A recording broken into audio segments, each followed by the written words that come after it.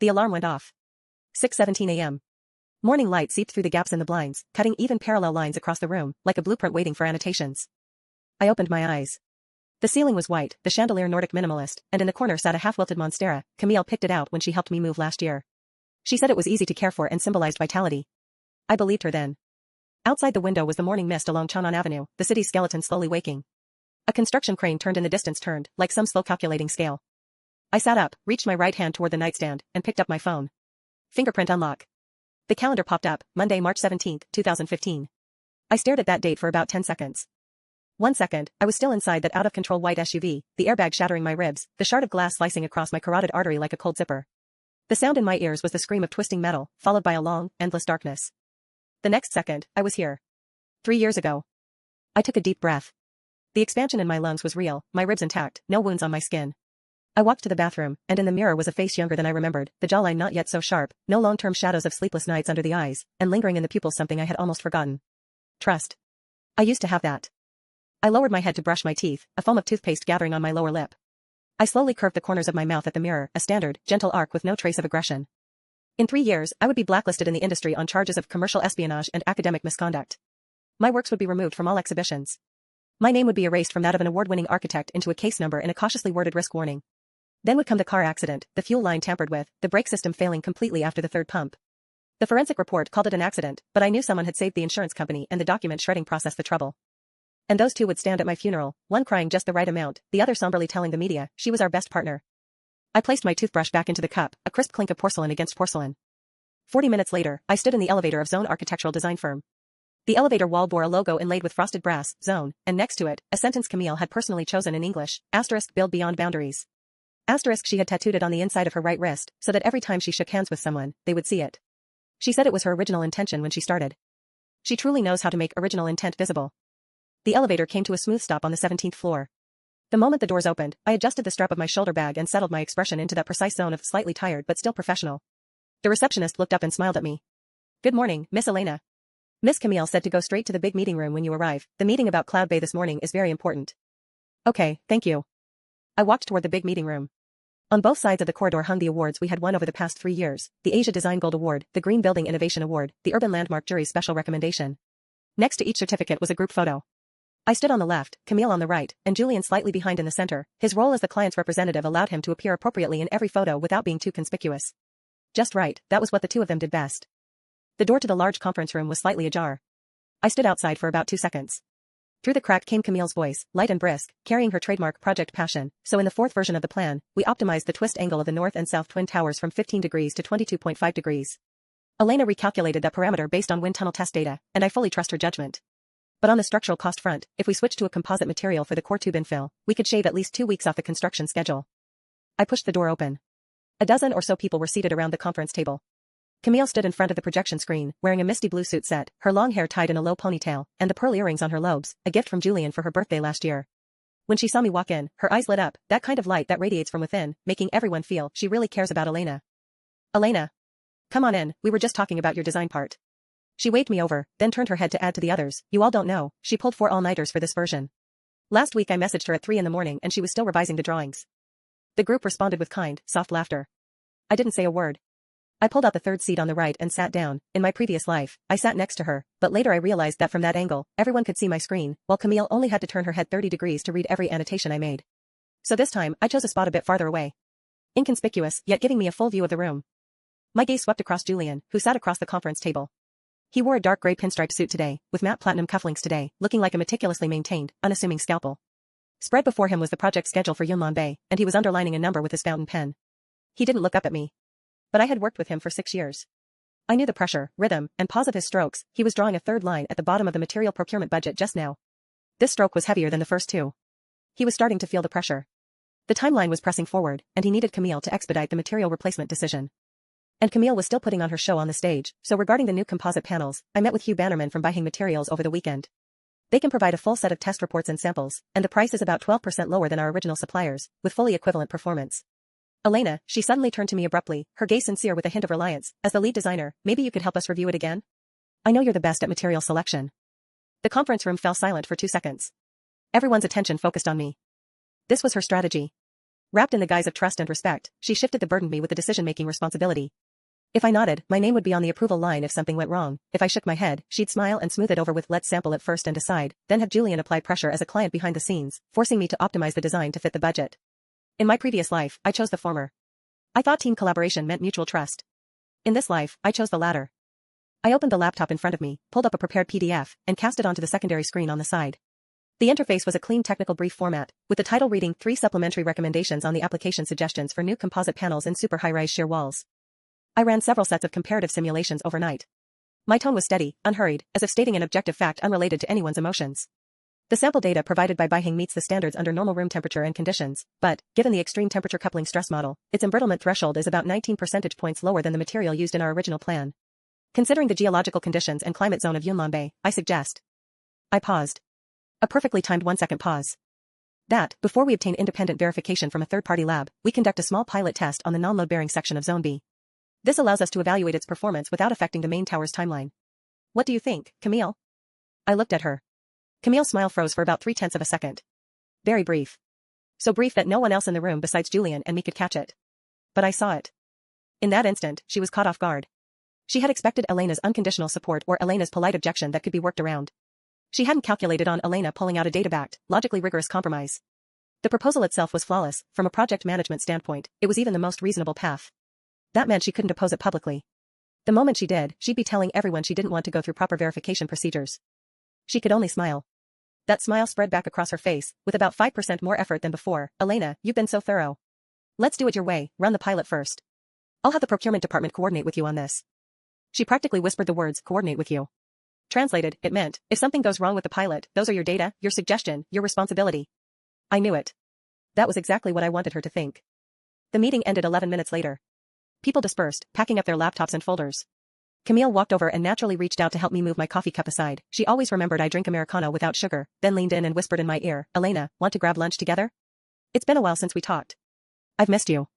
The ends of her hair brushed against my shoulder, carrying the scent of Jo Malone's sage and sea salt. It used to be my favorite fragrance. Sure. I closed my laptop and smiled back at her. Perfect timing, actually. There are some material testing matters I wanted to discuss with you in detail. Her eyes crinkled as she patted my arm, then turned and walked over to Julian. They exchanged a few quiet words in the corner of the conference room. Julian seemed to glance my way, then he swiped a couple of times on Camille's tablet. At 2 p.m, a confidential project attachment landed in my inbox. The sender was Julian's assistant, with no Camille in the CC line. The file name was Structural Optimization Proposal _ internal reference.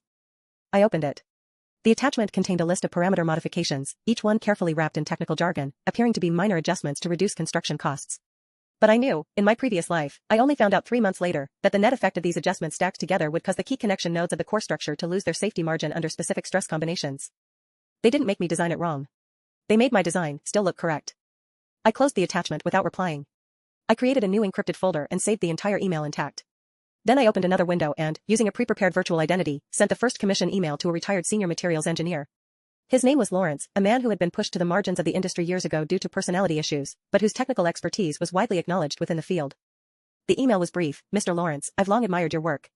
I have a batch of data on the performance of super tall building composite materials, and I'd like you to conduct a full parameter review from an independent third-party perspective. The fee will be 3 times the market rate, with no time constraints. The only requirement is, all reports you produce, the originals are to be sent to me alone. Send. I closed my laptop. Outside the window, the tower crane at the Yunnan Bay construction site was still turning, like some precisely calculated scale of a balancing scale. Today's chips had all fallen entirely on my side. At 12:07 noon, Camille booked the usual Japanese restaurant at China World Tower 3. She picked a good spot well, by the window, overlooking the entire traffic flow of the East 3rd Ring Road, the light soft enough not to make anyone look tired. She arrived 5 minutes early and had already ordered salmon belly, sweet shrimp, sea urchin steamed egg, grilled eel, completely tailored to my taste. She pulled a small paper bag from her purse and slid it over to me, for you. I saw it at SKP last week and thought it would suit you perfectly. Inside the pouch was a bracelet, a delicate rose gold chain with a miniature compass pendant of compass around it. She put it on me, and held my hand held aloft as if inspecting it for 2 seconds. It always points north, the needle points north. It suits you perfectly, always knowing where you want to go. Her thumb lightly caressed my wrist bone. In my past life, I wore this bracelet for 2 years, never taking it off until the day I was blacklisted. It was only later that I discovered a set of tiny numbers engraved on the back of the compass, an identification code for an offshore account linked to Julian, used for transferring certain funds internally that were inconvenient to process through official channels. When she gave me gifts, they were never just gifts. Thank you. I lowered my hand, letting the sleeve naturally cover the chain. You seem to have lost weight lately. She paused, then smiled. Yunlanbei has been pressing hard. I met with 4 groups of material suppliers last week and didn't even have a proper meal. And you? You look more energetic than before. After a few days of rest, I've come to understand a few things. Her hand, holding the teacup, paused for a moment. The rim touched her lower lip, but she didn't drink. Her eyes looked at me through the wafting steam. She was gauging me. The phrase, come to understand, could mean many things to her. She needed to know which one. And the answer I gave was the one she most wanted to hear. I've understood the meaning of a team. I picked up a slice of salmon, dipped it in soy sauce, and slowly chewed. Before, I always thought design was the most important thing, and that other parts could be left to others. Now I feel, true trust is letting others help you carry the load. Her shoulders relaxed. In a way invisible to the naked eye. Elena, she put down her teacup and suddenly looked at me with a serious look, the corners of her eyes slightly red. You know, all these years I've been afraid you'd be too hard on yourself. You take everything on your own, drawing the blueprints, calculating the structures, sourcing the materials. Sometimes I want to help but can't find a way in. I've always thought, if one day I could take something, offload some of it for you, I would. As she spoke, the tattoo on the inside of her right wrist just showed from under her sleeve.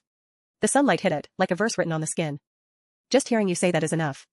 I raised my cup of sake and tapped it lightly against hers. For Yunlanbei this time, you tell me how you want to coordinate, and I'll give it my all. A brief flicker passed through her eyes. Caught it, the look of a hunter holding back a breath in the throat as the prey willingly steps into the trap. At 2:40 p.m., I returned to my workstation. Under the guise of project collaboration efficiency, Camille had already split me and the 5 designers in the team into different work zones. Ostensibly, parallel progress speeds things along faster, but in reality, she was cutting off my communication channels with everyone else. In my past life, I didn't notice a thing. Now, I see it's crystal clear to me. She was systematically pushing me out of the information flow hub, all while keeping my signature on every critical document. At exactly 3 p.m., Julian's email arrived. This time, he used a formal workflow, with the email header bearing the official suffix of Party A's Design Management Department and a clean, concise subject line, technical communication letter on structural system fine-tuning for the Cloud Bay project. Attached was a PDF, and the body was professionally polite. To balance the overall project cost with architectural expression, as reviewed by our cost department, it is recommended that the following parameters below for verification and adjustment. Specific suggestions are as follows, followed by a list of 6 modifications. Each entry was accompanied by the note, this suggestion has been preliminarily reviewed by a third-party structural consultant for the reference of the creative design team. Meaning, it's not that I'm forcing you to change it, it's that the third-party consultant thinks so too. If you don't change it, you're being uncooperative. And if his third-party consultant later turns out to have qualification issues or data errors, there's not a single line in that email that constitutes direct instruction. He had embedded himself perfectly in the role of a suggester. In my past life, I made the changes. I signed next to each revision, writing reviewed and no objections. 10 months later in court, those 6 signatures became irrefutable signatures became evidence that Elena, as the lead designer, caused major safety hazards due to personal professional misjudgment. In this life, I make the changes again. I open CAD, adjust parameters one by one, following Julian's recommendations for cross-section dimensions of connection nodes, reinforcement ratios, and steel grades. But with each change, I retain the original data in an invisible layer and use professional drawing comparison tools to generate 2 implicit reports on structural response differences before and after modification. These implicit reports are stored as encrypted files on my terminal, named Cloud Bay, Version Archive, Internal Archive, Reference, mixed among dozens of technical backup folders. To anyone, they look like routine version management. After finishing the revisions, I sign the modification record and push the electronic version back to Julian's assistant, copying Camille. The reason for copying Camille is simple, to let both of them see that Elena has made the changes as Julian requested. They'll think I'm walking into the trap step by step. They'll let their guard down and accelerate their next move. Sure enough, 17 minutes later, Camille sends me a voice message on the instant messaging software. I tap to listen. Her voice is low, intimate with that only we two know tone. Elena, the client is watching closely, you've worked hard. I've looked over these revisions, they're solid. Rest assured, from now on, I'll have your back on every decision you make on this project. I saved that voice message in 3 places. Desktop, cloud, encrypted USB drive. At 7:50 p.m., everyone else had left. I stayed at my desk, running through today's gains in my mind, Julian's email and my revision records. I kept complete timestamps and version difference evidence. Camille's voice message, where she said, I've got your back. Those words sound warm on their own, but played back in a future context, they become a statement of I was fully aware and willingly assume responsibility. Lawrence replied, saying he'd give me a preliminary review conclusion within 3 days. The encrypted communication log replication program I planted in Camille's email had already started running. Disguised as an update package for the Zhu Yu internal project management plugin, it auto-installed when she logged into the company system this afternoon. From this moment on, all her email exchanges with Hugh Bannerman of Buying Materials will have a backup transmitted in real time to my relay server. The me from my past life couldn't have done this. That version of me believed trust was a blank check with no limits. Now I know that trust itself isn't wrong, what's wrong is placing it in unworthy people. And determining whether someone is worthy requires data, not emotions. I closed my laptop. The CBD lights outside the window resembled a master plan that had been revised countless times, dazzling, indifferent, every single light representing someone making a choice. I chose to keep walking the path I had already taken. But this time, I buried my own coordinates beneath every inch of that road. Before leaving the office, I passed by Camille's private office. Her door wasn't fully closed, letting out a narrow sliver of light. No one was inside. On the desk lay a sample inspection report sent by Beiheng Materials. One page had its corner folded down, bearing the words total cost savings estimate. Below that was a number, and the budget following that figure was calculated based on total replacement with new composite materials. I stood outside the door, watching as that page of paper lifted slightly at the corner under the breeze from the air conditioner vent, then settled back down. I didn't go in. But I remembered that number. 2 months later, that number would become the fraud amount in the indictment. I would help them count every single zero. 4 days later, at the Yunlan Bay construction site. Foundation work had progressed to the 4th level, with steel reinforcement cages being tied together. The shadow of the tower crane swept across the excavation pit from south to north, like a slow-moving second hand. I was wearing a hard hat and a reflective vest, standing next to the designated pilot section in Zone B. A concrete pump truck was maneuvering into position, and everything looked normal, orderly, and in accordance with procedure. But I knew that 30 meters away, in the temporary material storage area, the first batch of sample materials had just been unloaded. I walked over there. A semi-trailer truck was parked at the entrance of the storage area, with Beiheng Materials logo printed on its body. 2 workers were using a forklift to unload panels into the designated zone, each one wrapped with a national standard certification label on its packaging. Camille stood at the edge of the storage area, holding a tablet, talking to Beiheng's on-site representative. She saw me approaching, and the layer of project manager deeply engaged in serious communication with a supplier on her face shifted with perfect naturalness into a slightly surprised smile reserved for an acquaintance. Elena. What brings you here? It's dusty around here, stand over there in the wind. I came to check on the storage conditions of the samples. I crouched down, running a finger along the edge of one panel's packaging film. The surface was dry, free of scratches, and the seal was intact, stamped with the production batch number, PH 2015-0312. I committed that batch number to memory. Any issues? Camille walked over, standing slightly behind me. Hugh Bannerman specifically picked the best batch to send over, waiting for you to take a look. Looks fine on the surface. I stood up, brushing the dust off my hands. But Lawrence's review report is still awaiting final data, and I suggest we first run an independent random sample of this batch, send it to the City Science Institute's testing center for a full parameter check. As I spoke, Camille's right thumb pinched the edge of her tablet. Her nail pressed into the anti-slip silicone case, leaving a shallow crescent-shaped mark. She was weighing her options. If she rejected the independent random test, she'd need a legitimate reason, but if she agreed, and the City Science Institute's report from the City Science Institute didn't match the fake one she had prepared, trouble would arrive ahead of schedule. She paused for 1.5 seconds. Then she smiled. All right, you arrange it. I'll have the procurement department coordinate with you. She said, you arrange it, not I arrange it. She had pinned the initiation of the sampling task on me. If anything went wrong with the City Science Institute's report in the future, the first stop on the investigation trail would be my name. I nodded. Fine, I'll draft the sampling list. As I walked past her, I caught the scent of sage and sea salt from her cuffs. Her heartbeat was about 10 beats per minute faster than usual. I could tell, because I had stood in the same position, facing the same issue, and my own heart had raced at the exact same rate. People with guilty consciences can never fool anyone with their breathing. Late that night, I returned to the studio. But I didn't go home. Instead, I detoured to that small office I had secretly rented outside Jiangwomen. 70 square meters, a semi-basement, with only high window offering a view of passing ankles and streetlights from the street. The lease was registered under another identity, an identity, with no connection to the name Elena. I powered on 3 monitors and pulled up all the photos I had taken at the site that afternoon. The panoramic views of the yard, the details of the sheathing, the close-ups of the batch numbers, and lot numbers, the moment Camille stood beside the semi-trailer, each one marked with a timestamp. Then I opened the back end of the replication program. At 3:47 this afternoon, on her way from the construction site to the office, Camille had sent an email via her phone through the company Wi-Fi. The recipient was Hugh Bannerman, the subject line read 0312 batch, and the body contained only a single sentence, samples delivered as scheduled, lead approved without objection. Proceed as originally planned. Initial replacements to cover B1, B3 floors in full. The email was sent just 43 minutes after she and I parted ways in the yard. What I had written in her email was recommend independent spot checking, but what she passed on to the supplier was the lead creator has reviewed and approved without objection. A tiny substitution in wording turned my caution into a green light. I saved that email. Then I added a new entry to my notes, March 21st, evidence A07, Camille issued formal replacement instructions to Beiheng. Key terminology altered. Timeline status, advanced by approximately 2 weeks ahead of the original schedule. In my past life, this directive hadn't appeared until mid-April. She was moving faster than I remembered, likely because the pilot section compromise I proposed at the meeting had put pressure on her, and she needed to turn mere intention into accomplished fact as soon as possible. Pressure hastens action, and hastened action invites mistakes. I pulled out a fresh sheet of A3 paper and drew a timeline on it. The horizontal axis ran from today to 3 months ahead, and the vertical axis marked key milestones, material replacement completed, structural risk accumulation, the window for public discourse to ferment, and the timing for regulatory intervention. Beside the public discourse node, I drew a circle and wrote 2 words inside it, media. In my past life, the construction risk briefing hadn't been sent out until August, by which time all evidence chains had already been settled. I had acted too late. This time, I wanted to set the water stirring sooner. I opened an encrypted document editor and began drafting a new briefing.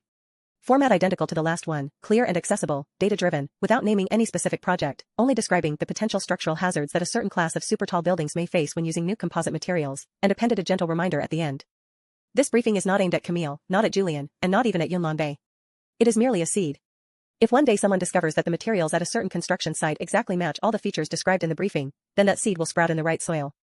I stored it in a prepared anonymous email inbox, with the recipient list comprising the editors-in-chief of 6 industry media outlets. The send time was set for 28 days later. At 1:23 a.m., I shut down all devices and leaned back into my chair. Through the high window above my head, a pair of feet occasionally walked by. The sound of high heels striking the concrete floor was crisp and brief. After I counted 7 pairs, the footsteps outside the window stopped. From my angle, I could only see the tips of their shoes and the lower half of their calves, a pair of dark gray dress pants, sharply tailored, and Italian handcrafted leather shoes. The person stopped at the window, as if looking at something. I didn't move. After about 30 seconds, the footsteps resumed, heading east. Only after the sound had completely faded did I slowly sit up straight, pulling the old phone designated for communicating with Lawrence from the side drawer. There was an unread message on the screen. Preliminary review completed. Conclusion: under a cyclic temperature range of -10 degrees Celsius to 45 degrees Celsius, the fatigue life decay rate of the connectors for batch number PH 2015-0312 panels is 2.7 times that of the original design material. Recommendation: discontinue use. Detailed report will arrive in 3 days. I read this message from beginning to end 3 times, then deleted it. 2.7 times. That number alone is enough to turn a blueprint into a pile of rubble in a courtroom. I turned off the old phone, removed the battery, and placed it back deep in the drawer. Then I stood up, walked over to the small whiteboard propped against the corner of the wall, picked up a marker, drew a circle, and wrote a line: "They think I'm in a cage." I paused, then added another line beneath it, but the cage was drawn by me.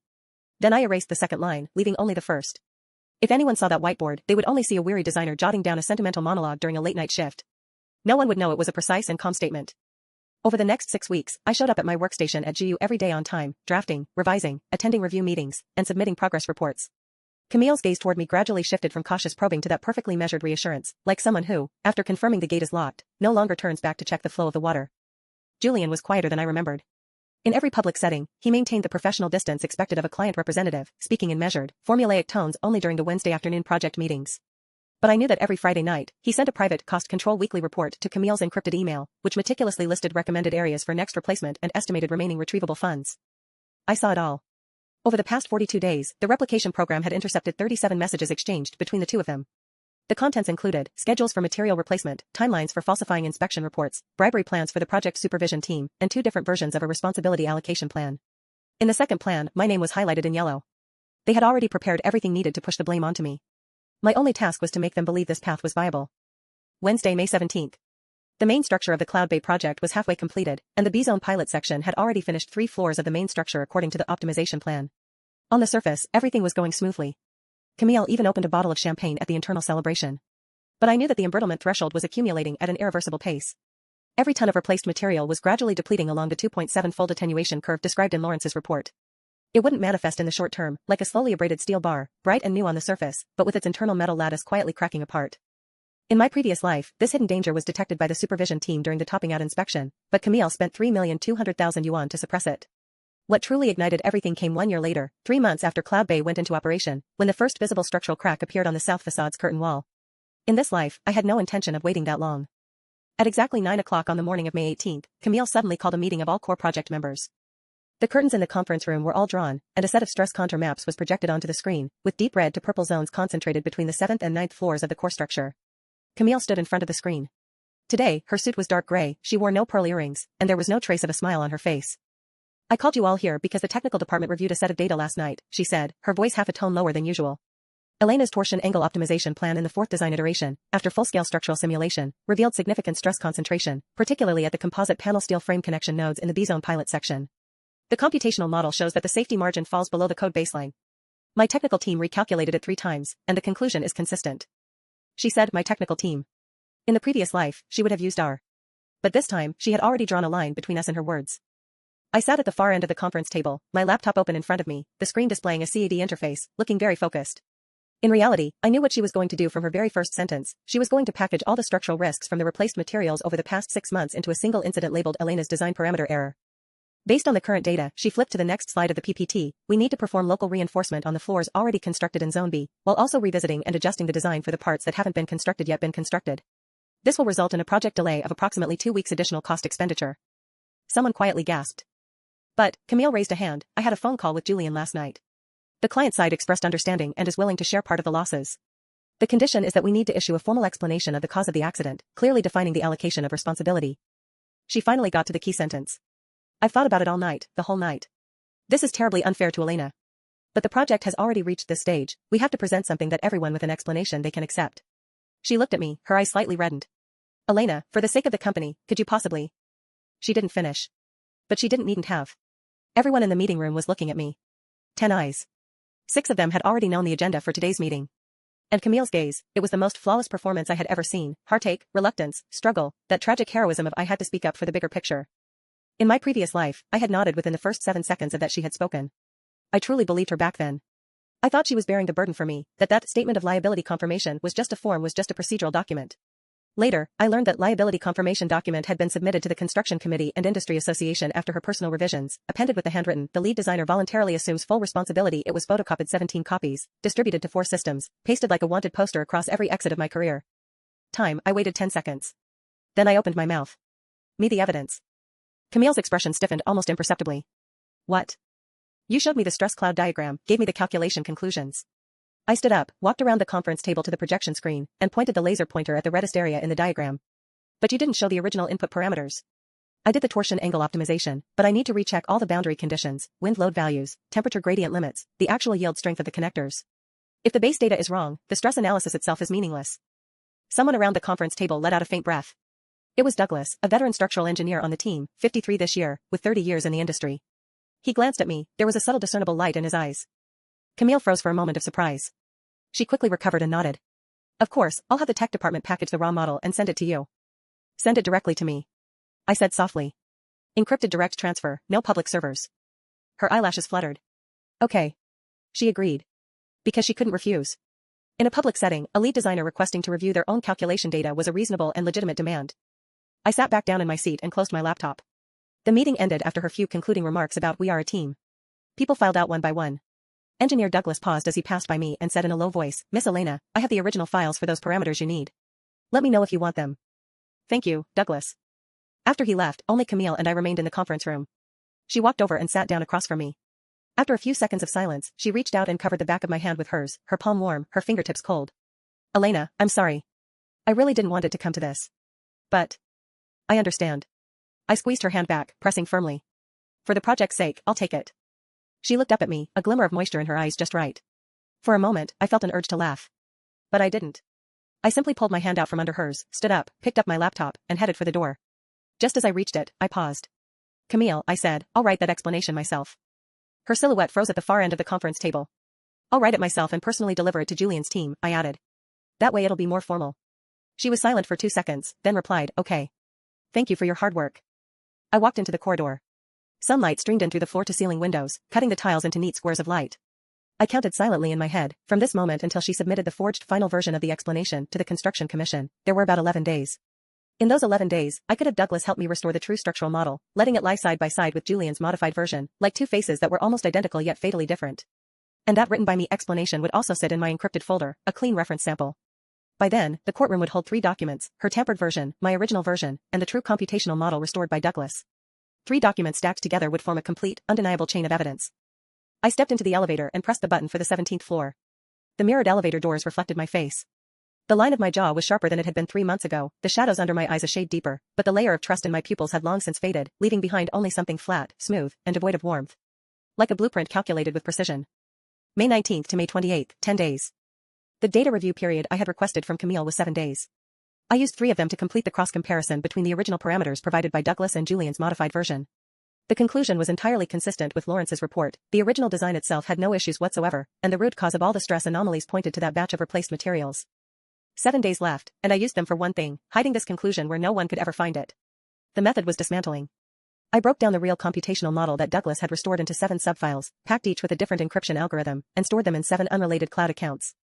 The decryption key was etched into a 16-digit sequence known only to me, a sequence based on the manuscript number I had jotted down during the initial bidding for the Cloud Bay project. That number was the birthplace of the entire project, a figure even Camille didn't know. Then I finished that statement of responsibility. The title read Explanation regarding the structural review results of Zone B, Cloud Bay project, signed with my name and the date. The content was plain and objective, stating the basis for my parameter selection during the design phase, the source of the revision records, and the final comparison between the reviewed data and the original design. I used phrases like pending further confirmation and recommend third-party independent review, positioning myself as still in the process of evaluation. I sent one copy each to Camille and Julian's assistant. Camille didn't reply. But at 3:19 p.m. that day, she sent a message from a private account to Hugh Bannerman, Phase 1 wrap-up complete, initiate Phase 2 replacement plan. She interpreted my recommend third-party independent review as Elena has conceded and won't make any more moves. She even accelerated the replacement plan. With the last line of that statement of responsibility, I hooked the rope she was running forward with. She thought she was pulling it, but it had already looped around her own ankle, tied in a dead knot. Tuesday, May 29th. This is the day after the preset sending date for my construction risk briefing. According to the scheduled email settings, it should have been sent from that anonymous mailbox at the moment I set 28 days ago, 2:17 a.m. on May 28th, and landed in the inboxes of 6 industry media editors-in-chief. I didn't check whether it had been received or reported. That matter had to happen naturally, any proactive push would leave a trace. I walked into the office as usual, brewed a cup of American coffee, opened CAD, and started drawing. The morning was quiet in the workstation area, with the sound of keyboards rising and falling. Until 11:03, an internal call came through to my desk phone. I picked it up and heard Piper from the front desk, her voice lowered, speaking faster than usual. Elena, you need to check the industry news, the headline. I opened my browser and entered the homepage of the industry media site I knew better than anyone. The banner headline was in bold, The Fall of Cloud Bay, Who is Corroding the City's Landmark. The subheading read, A national key project has been exposed for using insufficiently verified new composite materials. Experts warn that structural hazards may endanger public safety. The article was long. It took me 11 minutes to read from beginning to end. The author's byline was a name I had heard of but never encountered, In-Depth Investigation Team. The content covered the timeline of procurement transactions between Boeing Materials and Zhu Yu, the test data for that batch of panels from a third-party laboratory, and screenshots of anonymous internal project communication records. The source of the last item made me pause for a moment. The content in that screenshot was a perfect match for the line Camille had sent to Hugh Bannerman. The lead creator has reviewed it and has no objections. After confirming that my copying program had no possibility of being traced back, I moved my mouse away from the screenshot. The office had already erupted. Someone was on the phone, speaking in hushed tones. Another person was leaning over a colleague's screen, quietly reading out a few key words from the headline. From the break room, a voice drifted over, Our project is in trouble. Camille's office door was tightly shut, the blinds pulled all the way down, revealing no sign of movement inside. At 11:27, Julian's call came through to Camille's desk phone. My copying program intercepted the recording of that call. They hadn't used an encrypted line, probably because the situation had come on too suddenly, and emotion had overridden reason. I put on my headphones and heard Julian's voice, cold as a steel plate fresh out of the fridge. Who leaked that article? Have you checked? How am I supposed to check? I just saw it myself. Camille's voice rose half a pitch. Where did they get the test data in that content? Hugh Bannerman's side would never leak it themselves. Are you sure? You're doubting me? Julian, listen to me clearly, you and I are in this together. Enough. He cut her off. Don't panic. The most important thing right now is to make this article null and void. Contact the editor-in-chief immediately. Any terms can be negotiated, retraction, deletion, publishing a correction statement, anything. Use that account for the money, don't go through public funds. What about Elena? 2 seconds of silence on the phone. For now, she's still our shield, Julian said, his voice steadying. Go find her right away. Have her issue a technical clarification statement on technical, saying there are deviations in the data citations in the article. Her name's, what she says carries the most weight. Make her claim it's a misunderstanding among peers, admit small faults to cover up the big ones. What if she doesn't want to? She will want to, Julian said. Tell her the consequences of the company going under. She's the kind of person who, more than anything. The call ended. I took off my earpiece and saved this recording into the evidence chain under file under B03. 11:52 p.m. Camille pushed open the door to my cubicle. Her face was carefully composed with a specific expression, eyes slightly reddened, the corners of her mouth drooping, and a faint nail mark she had pinched into herself at the edge of her lip. She wore no makeup, and her hair was a bit disheveled. Elena, she stood before me, her voice trembling. Have you seen the news? I have. I closed my laptop and turned to face her. That article is a mess, the data sources are completely unreliable, but outsiders won't care about that. They're all staring at our entire company now. If we don't do something, Yunlanbei might shut down, and Zhu Yu's reputation will be. You want me to issue a clarification statement, I said. She jerked her head up to look at me. You're willing? Camille, I looked at her, my voice low. Do you remember what you me last month? You said, whatever decisions you make on this project, I'll have your back 100%. Her pupils constricted. I need you to have my back now. I'm not stepping forward on this. Whether the data in that article is real or not, go and verify it. Whatever you find, I'll stand by. If you clear it up, I'll hold a press conference with you. If you can't clear it up, then I can't say anything against my conscience. She stood there for about seconds. Then she forced a smile, like a coin crushed underfoot. Fine. I'll check it out for news. She turned and turned away. As her silhouette disappeared around the corner of the corridor, I saw her fist clenched so tight it was white, her nails digging into her palm. I reopened my laptop. By 1 p.m., the article had been shared over 8,000 times on social media. By 3 p.m., the first call from a client came into the general manager's office at Zhu Yu. By 5 p.m., the Municipal Construction Commission's official website posted a single-line notice, a letter of concern regarding the quality of construction at the Yunlin project. The letter had already been sent. I simply hadn't delivered it in person. Over the next 72 hours, the 17th floor of the Zhu Yu building turned into a volcano slowly cooling. On the surface, everything still functioned, yet everyone could smell the scorching tension in the air. Conversations in the break room shifted from, "That corner design at Yunlin Bay is really beautiful," to, "I heard people from higher up have already come down to investigate." Piper at the front desk quietly asked me during lunch break, "Elena, we'll be fine, right?" I looked at her young face and said, "Just focus on your own job." As for Camille, after that afternoon, she never came to find me alone again. She would nod when she saw me in the hallway and use a normal tone when she had mentioned me in the group chat, but the way she looked at me had changed. That sisterly bond filter was peeling off layer by layer, peeling away, revealing something beneath which something else was revealing itself, like a piece of wallpaper soaked through with water, its edges starting to curl at the edges, with mold spots inside barely visible. She didn't trust me anymore. To be precise, she had begun to suspect. But her suspicion had landed in the wrong direction. She thought it was a backstabbing her in the back, thought there was some issue on Hugh Bannerman's side, or even suspected Douglas of scheming behind the scenes. She had investigated for 3 days, questioned 6 people, but left me out of it. Because in her mind, the position of Elena had been fixed for too many years. No one would suspect that a photo hanging on their wall for a decade might suddenly start to speak. On June 1st, at 8 in the evening, Zhu Yu held an emergency board meeting. I was called sad at the very end of the table, the seat closest to the Camille at the head, wearing a black turtleneck sweater, her pulled tight, concealer under her eyes than usual. Her voice, deliberately lowered, carried a shrill edge from being backed into a corner.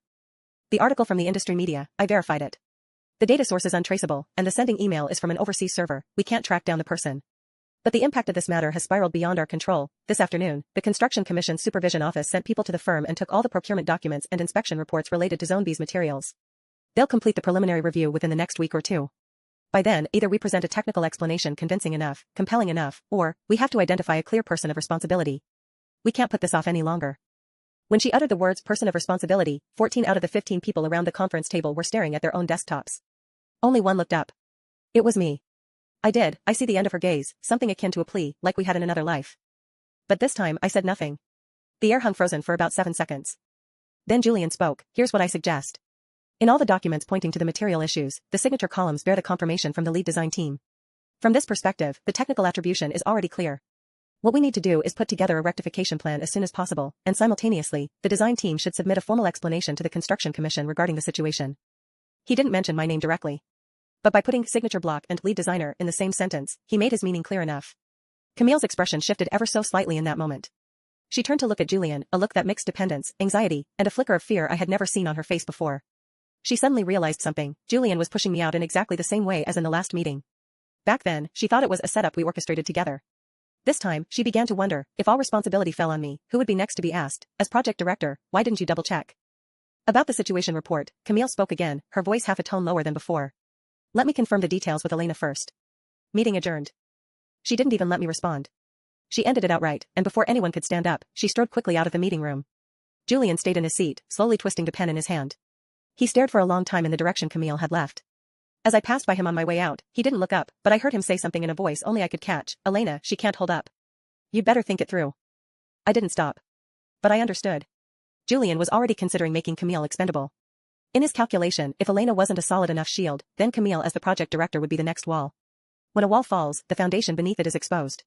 But the wall itself never knows it's just the first layer. At 12:58 a.m. on June 2nd, I received a new intercept from the cloning program. The send time was 11:58 p.m. the night before, the recipient was one of Julian's overseas contacts, and the sender was Camille's personal phone. The content was just one sentence: "I need a new exit route. Same place, same time, tomorrow noon." I filed this piece of information under evidence chain C02. Same place referred to the private club they used for clandestine meetings, located in a building behind the place, unmarked, not open to the public, and catering only to regulars. In my past life, I had accidentally wandered near that area and saw Camille coming out of the side entrance. She said she was meeting a client. I didn't think much of it then. Now I knew that behind that door, the rooms were soundproof, free of cameras, and every window was frosted glass. At noon the next day, I didn't go to the office. I went to the building across the street, a modest coffee shop on the second floor, by the window, with an open urban planning magazine hiding my face. At 12:23 p.m., Camille entered through the side door. Black mask, gray hoodie. At 1:07 p.m., Julian came out through the main entrance. Dark suit, unhurried stride. His car was parked at the curb, the driver holding the door open for him. Before getting in, he glanced back at the building, then bent down into the back seat. They hadn't reached an agreement. Because if they had, Julian wouldn't have left alone first. They were stuck on some issue. Camille wanted a new exit route, and Julian either couldn't or wouldn't provide one. Two people on the same rope began pulling in opposite directions. The middle segment was growing thinner and thinner. That same afternoon, Douglas came to find me. He stood by my desk, a cup of tea in hand, looking like he was just passing by. But he lowered his voice and said, "Elena, I heard the regulatory department asked for the original structural model too. What if someone tweaked the parameters in the model and then claimed it was the original?" "Douglas," I said, "remember the backup I saved on that standalone machine when we were doing the comparison last week?" His eyes lit up. "I remember. You timestamped that backup at the time." "Exactly." I lowered my voice to barely a whisper. "That backup is the original file pulled directly from the on-site server, with no trace of modifications. It's now in Cloud Drive 3. If someone ever tries to pass off a modified original as the real thing, that backup will be the sole reference point." Douglas nodded and walked away with his tea. I returned to my own screen, silently reciting the backup path in my mind. Cloud Drive 3, folder named Old Case Archive _2024, file name a string of auto-generated hash values. No one would ever look for anything in that folder. Because it was my other basement. And on the entire 17th floor, no one knew the basement existed. June 3rd to June 9th, 1 week. Cloud Bay had gone from industry buzz to social incident. That in-depth report was reposted by major portal sites, and the discussion heat on social platforms broke the historical peak for architecture-related topics. Zhu Yu's official account issued a statement on June 4th, cautious in wording, 32 characters long, neither admitting nor denying any issues. But in the current climate of public opinion, silence itself was an answer. Camille hadn't appeared in public since that day. Her office door remained closed, the blinds always drawn. My replication program could tell me who she was talking to. From June 4th to June 8th, she made 47 calls, 19 to material suppliers, 12 to lawyers, and 6 to senior figures in the industry association. Not a single one to Julian. The line between them had never lit up again after their meeting on June 2nd. On the afternoon of June 9th, the Municipal Construction Commission announced the formation of a special investigation team for the Cloud Bay project. The team leader was Margaret, known in the industry for her rock-solid reputation, nicknamed Iron Face by insiders. 3 hours after the announcement, 3 black official vehicles parked in front of the Lu Group headquarters. That evening's industry news headline read, "Lu Group responds, internal accountability process initiated, relevant personnel suspended from duty." The accompanying footage showed a reporter at the entrance of Lu Group headquarters, capturing Julian being stopped as he exited through a side door. Someone stopped him and asked, "Julian, what do you think of the inspection report on Yunlin Bay?" His reply was a single word, "I don't know." At 6 in the morning on June 10, I received a leaked document from the Lu Group, titled Notice Regarding Comrade Julian's Job Adjustment. The text only one sentence, effective immediately, Julian is relieved his positions the client representative the Yunlin project and deputy general manager the group's strategic investment department. He had been removed his own family. In my previous life, this happened the my third month death. This time, the investigation came faster, so couldn't wait forego the transitional period. That morning at 10 o'clock, appeared my desk. It was the first time in days she had sought me out. She looked like a different than her former self month ago. Her hair was loose, falling over her, with strands having their sheen, her cheeks sunk in half a circle. She wasn't wearing business suit, only loose gray knit cardigan, %. "Elena," she said, her voice dry, "could you come with me to coffee downstairs? I need to talk to you something." We sat in the farthest corner of the cafe. She ordered a hot milk for herself, cupping both hands around the cup, the intricate nail art already half chipped. She was silent for a long time, long enough for the steam from the milk to fade. "Julian has been dismissed. His family has abandoned him. All those material suppliers' phones are unreachable. The lawyer told me yesterday, if the investigation team determines it as systemic fraud, sentence could be." She didn't finish. "Elena, you're the only one I have left. Can you help me one last time? Go and tell the investigation team that you had no knowledge of the procurement part, you were only responsible design. I'll take the procurement side. We won't push blame onto each other. You clean up the design, and clean up supply chain, so that one side can survive." When she said we won't push at each other, fingers tightened around the cup. What she wanted was to clean up the design. If I came out to prove that the design was fine, then all the rest of the problems would fall on the supply chain, and the supply chain were her and Julian. She gambling that bringing Julian into this too, she might get a reduced sentence for cooperating with the investigation. She was using her last chip to shave a few months off own sentencing range. I looked into her eyes. There was nothing left, friendship, ambition, hypocrisy, calculation, all, leaving only a thin, pale will to thin, pale survival. "Camille," I said, "do you remember 3 years ago when we were bidding on the Yunlin Bay project, you said something to me? You said that in the architecture business, the most important thing is that the foundation cannot be moved. If the foundation is moved, no matter how beautiful what you build on top is, it's useless." Her lips parted slightly. "The statement of responsibility you had me sign, the foundation was moved.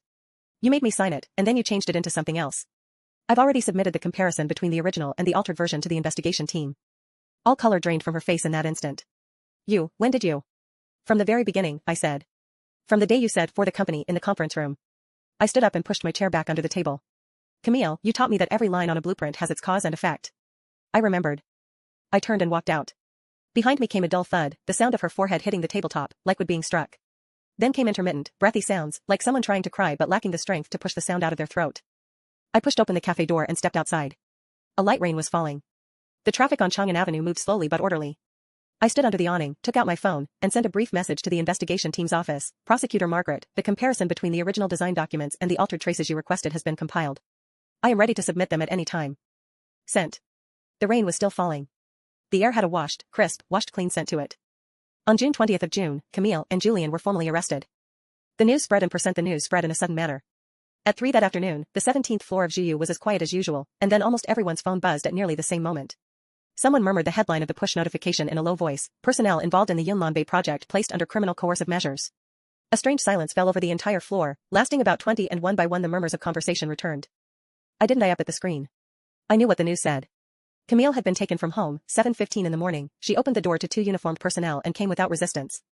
Julian had been picked up from the parking lot of the Lu Group parking lot. He stepped out of his black car and had just reached the elevator lobby when 4 personnel surrounded him. Neither of them tried to flee.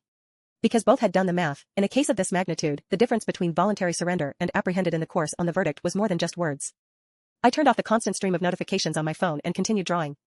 The lines beneath my hand were steady and even, stretching from the left edge of the paper to the right. 3 days later, the first pretrial conference.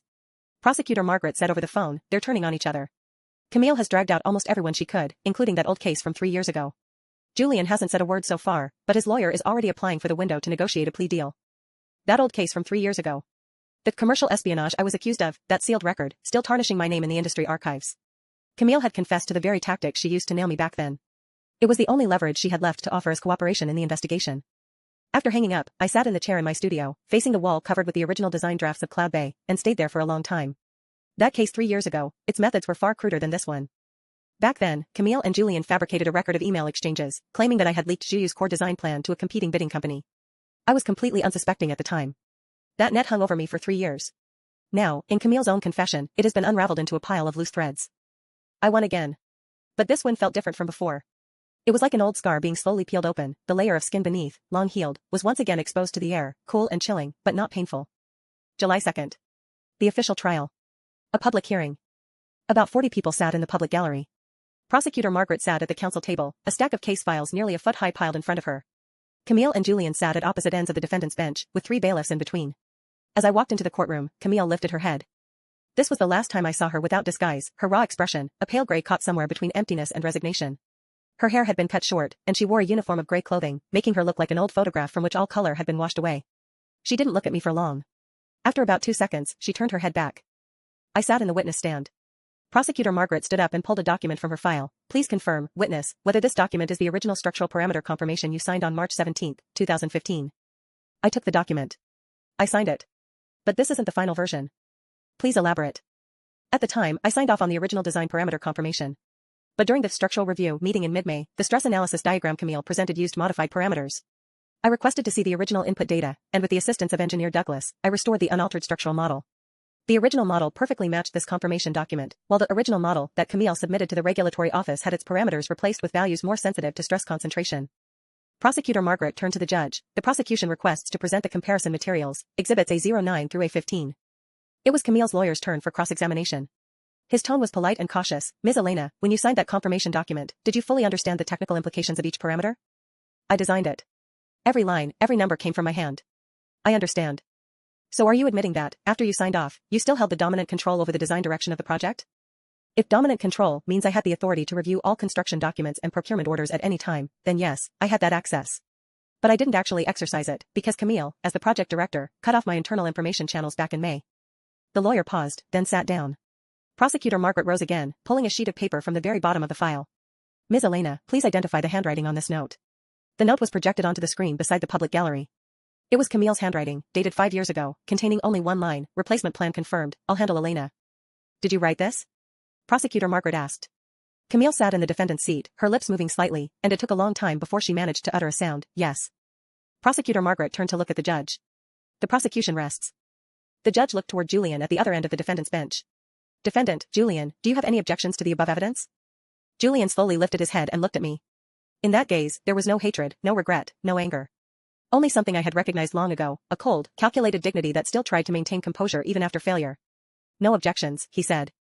Just 3 words. He gave up on any form of defense. When Camille heard those 3 words, her shoulders slumped. The judge declared a recess, with the verdict to be announced on a later date. As Prosecutor Margaret passed by me, she murmured in a low voice, well written. Your testimony. July 15th. The day of the verdict. I wore a dark gray shirt, with no jewelry at all. I had even taken off the compass bracelet Camille had given me. The courtroom was more crowded than during the pretrial hearing. I sat down in the second row by the aisle. At exactly 9 o'clock, the judge took the bench. When the bailiff brought Camille in, I almost didn't recognize her. Her face was stripped of everything. Rage, fear, reluctance, calculation, performance, all of it had faded clean away. Julian was a few steps behind her, still holding his posture, that marble shell still intact, though much thinner now. The judge began to read the verdict. Defendant Camille is sentenced to 10 years imprisonment and a fine of 3 million yuan. Camille's shoulders did not move. Defendant Julian is sentenced to 12 years imprisonment and a fine of 5 million yuan, with deprivation of political rights for 3 years. The corner of Julian's mouth twitched, an extremely subtle, nearly imperceptible movement. The bailiffs led them away. As Camille turned, her gaze finally lifted from the floor tiles, sweeping aimlessly across the public gallery. When her eyes passed my direction, they seemed to pause for a moment. Then she left. The door closed behind her. I got up and walked out through the small side door. The wind was strong on the square outside the courthouse. My phone rang. It was Prosecutor Margaret. Have you seen the news?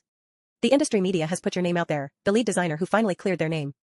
And one more thing, regarding the old case from 3 years ago, we will initiate the procedure to restore your professional reputation. Thank you. You're welcome. Elena, your case has the cleanest chain of evidence I've ever handled. The call ended. I stood in the wind, putting my cell phone back into my pocket. A few leaves from the ginkgo tree across the street were blown off, spinning down into the cracks between the paving stones. I walked east along Chang'an Avenue to the east for a long time, until my soles began ache a little, then realized I had stopped at the entrance of the City Planning Museum. Was the place where the initial bid proposal for Yunlin had once been exhibited. Stood at the entrance for a while, didn't go inside. As I to walk back, finally rain began to fall, fine and dense, didn't run. Just kept walking. By the time I reached the studio, half my shirt was already half section. 3 years later. A new permanent exhibition area, permanent foundation of the city, building safety era, was inaugurated on the east side of the City Planning Museum. Small, but arranged with restraint and powerful. Yunlin, a story of lesson and rebirth, was placed the middle of the. On left side of the exhibition wall was set of comparison images, to stress cloud diagram before and after renovation. On the right was timeline, marking the complete cycle from the to comprehensive rectification. At the end in small, case drove revision of specification for application composite materials high composite in buildings, revised 2026 onward. I stood in front of the exhibition wall on a Friday afternoon. The gallery wasn't crowded, and sunlight slanted in diagonally through the SKYL from the skylight overhead. I watched for about 5 minutes, then turned to walk toward the exit. Professor Elena? A young girl stood behind me, a canvas bag slung over her shoulder with a pin from the School of Architecture's Student Union. In her hands was an open sketchbook. Her gaze moved from uncertainty to recognition, then lit up quickly. It's really you. I'm a third-year student at Donghua School of Architecture. I love the community library project the folded plate structure on the roof. She turned her sketchbook and handed it to me. It contained a hand-drawn elevation sketch, with a note at the eave details that read, "How does this cantilever balance its own weight and wind loads?" I looked at the drawing. The cantilevered section uses a variable section gear and deal, reinforced at the root and thinned at the top. The wind load compensated by the reverse tension of embedded ground anchors. Could you sign it for me? She asked. I took the pen, opened the first page of her sketchbook, and wrote down a line, "Design is as such, and so is life." Signed, Elena. She smiled at the words, bowed, then turned and quickly ran toward the entrance of the exhibition hall. I walked out of the City Planning Museum, the sunlight just right. I walked one stop to the community library ahead. The library was small, 3 stories tall, its exterior clad in gray bricks and exposed concrete, the folded plate roof structure resembling the spine of an open book. On the plaque by the door, the design firm and date were engraved, with my name at the very bottom. I stood across the street and watched it for a while, then turned around and slowly walked back the way I came. My phone buzzed in my pocket. It was an email, from Assistant to Prosecutor Margaret. "Ms. Elena, the industry records concerning your case from 3 years ago have been fully cleared today. The Construction Committee and Industry Association systems have all been updated." I marked it as read and put the phone back in my pocket. The wind blew from behind, carrying that faintly dry scent of late summer, like rustling paper pages. The ginkgo leaves by the roadside had begun to tint with a pale gold. I keep walking. I don't look back.